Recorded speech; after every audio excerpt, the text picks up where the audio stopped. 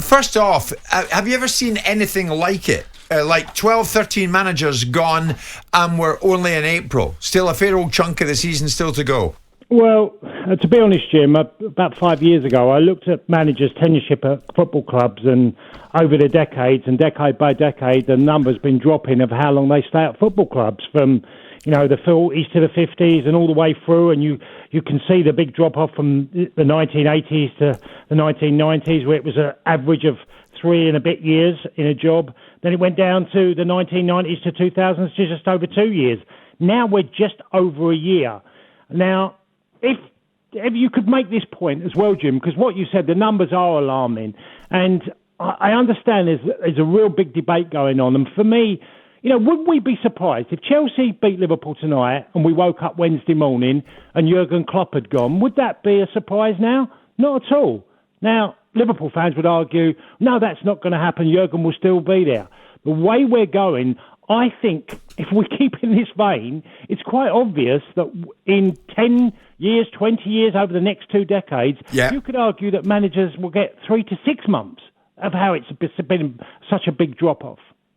So what do you think? I mean, you've come to the conclusion that owners or club chairmen need to put something in place that assures a bit more longevity, if you like, for his manager. Well, that's what sort of Tom Bowley sort of alluded he wanted to do. Obviously, it panned out different because of an alarming drop-off in form. The idea I felt was a great one. I just didn't feel you could see it through because the way the game is, and obviously the Premier League is awash with money, and they can afford to just get rid of a manager at will, and so can many other Premier League clubs. I've always found it strange, and Simon would know an awful lot about this more than me, but I always found I couldn't quite understand why managers' contracts were slightly different from players. And there is a middle ground there somewhere, because managers can get up and walk away. Yes, there can be a compensation payment, but players have fixed contracts which they have to honour.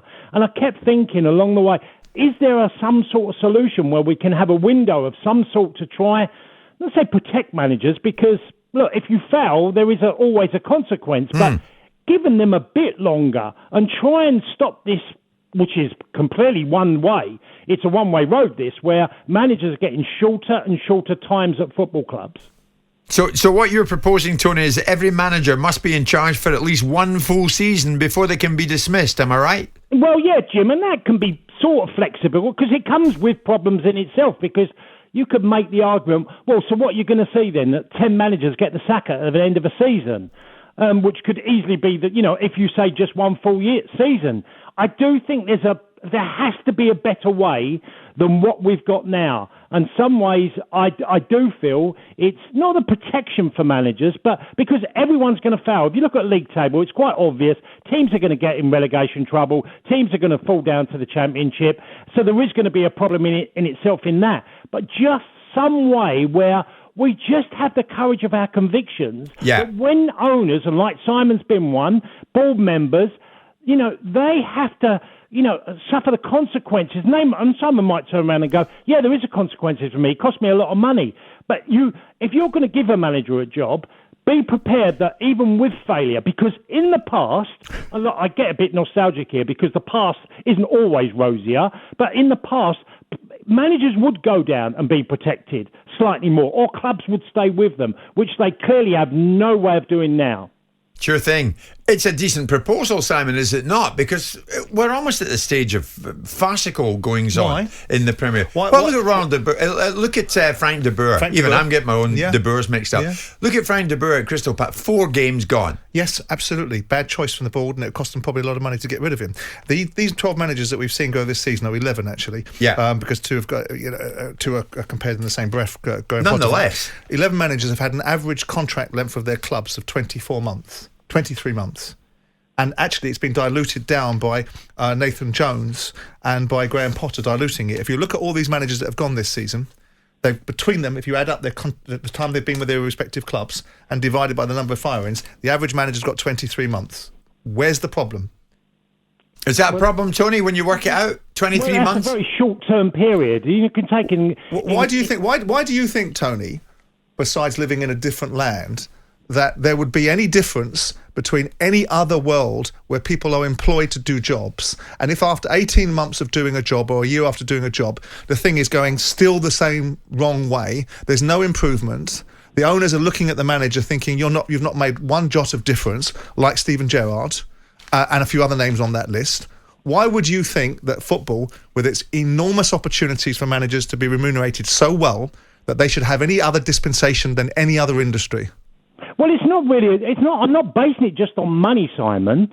You know, if you we'll put the money to one side then. Put the money to one side, Tony. Then, and if you look at the numbers, it's quite clear that every decade that you look at, the numbers of manager, the time they're spending in football clubs has dropped alarmingly. But there's a lot of reasons for that, Tony, because it's a globalised marketplace now. Because once upon a time, when you're comparing and contrasting it to the history that have no relevance to where we are now, you've got a globalised marketplace. If you're looking at the 1970s and 1980s, how many managers from Europe were managing in the UK?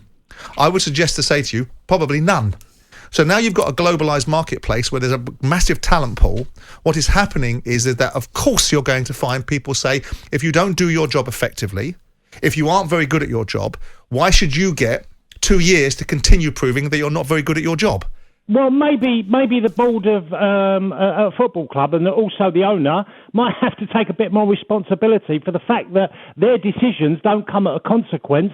But they do, Tony. That's a good point Tony makes. But there's next to no accountability. But there was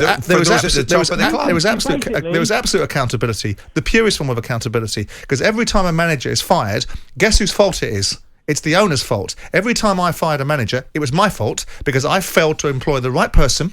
I failed to get from that person what I saw at interview stage. And so ultimately it was my fault. And guess what I had to do? Something very rarely done by anyone else in football. I had to write the cheque to pick up the cost implications of that awful mistake that I'd made.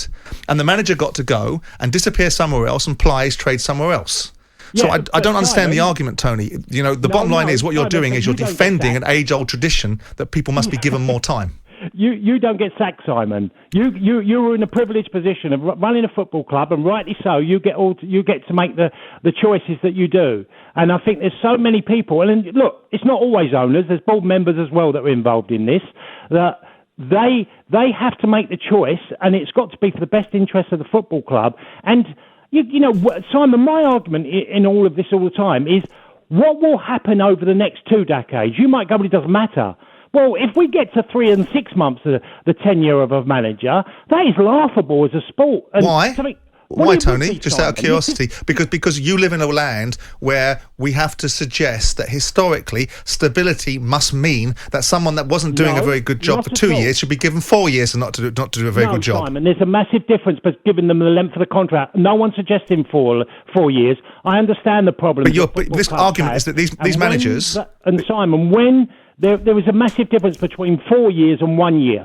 Surely a football club can give one whole season to a manager. No, you're making it different, Tony, because what you want to do is you want to defend the argument that ultimately football people should be given more time. If you haven't seen a change, a material change, and in fact your circumstances are worse in a year, and your argument is flawed here because the 12 managers that have been removed this year have had an average contract period of 24 months, and actually it's been diluted by 2 managers, Nathan Jones and Graham Potter, only getting 12 months between them. So if you actually took those 2 out of the equation, the average manager would have got 28 months. Yeah, so but maybe owners have got to be better at what they do, making better appointments. This season, I'm giving you decade after decade, and okay, I've gone back a long way, but if I took from you the 90s to 2000 when TV come in and the money was huge, in that time, as the money grew, managers lost a year on their time at football clubs. And so what? So what? Well, maybe you don't care. Maybe that's not a case of not caring. I'm trying to say, and so what? Or fired. You just went, well, about this one don't work, I'll go on to the next one. And so what?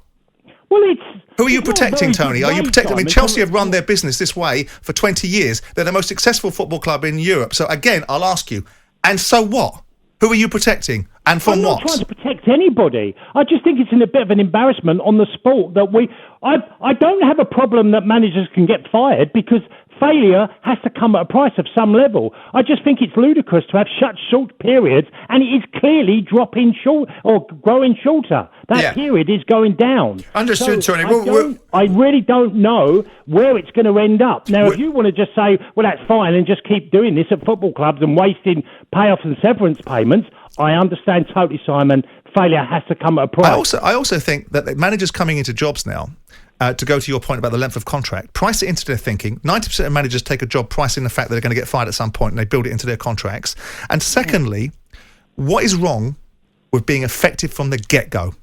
And that's what managers now have to be. They have no time for luxury. They have no time to continue with this football nonsense about I'm going to be given an inordinate amount of time because it's football. They have to be effective from the get-go. But Mikel Arteta? Arteta was not effective from the get-go. And he won the FA Cup. And thankfully, hang on. Arsenal stuck with him. And that's a great argument if he hadn't won the FA Cup in the first season. That would be a about great 10 months later. No, they won the FA Cup 5 months later.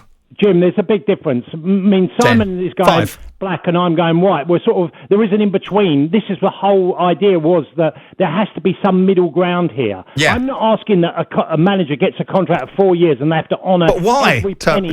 I'm trying to ascertain, because I don't disagree with you that ultimately it is better to have someone in situ. As an owner, the last thing in the world I want is to churn managers. It's expensive, it's time-consuming, it's disruptive. But there is a good reason behind it, because 90% of the managers that come in and do their jobs, or supposedly do their jobs, don't do them. And they get to reap the whirlwind like everybody else does in every other walk of life. Well, let's put it out there. Tony, listen, thanks for that. Tony's saying every manager must be in charge for at least one full season before they can be dismissed, all in the interest of stability. Because right now, it seems to have got right out of hand, with so many having come and gone. And I read the list earlier. I'll read it again for those who didn't hear it in the fullness of time. But a bit more stability, is that the right way? You've got to be in place for a year. See what you can do. If you flop by then, off you go. You can give us a message or two on that one. 81089 for that. Tony Cascarino, we thank you. Jim White and Simon Jordan.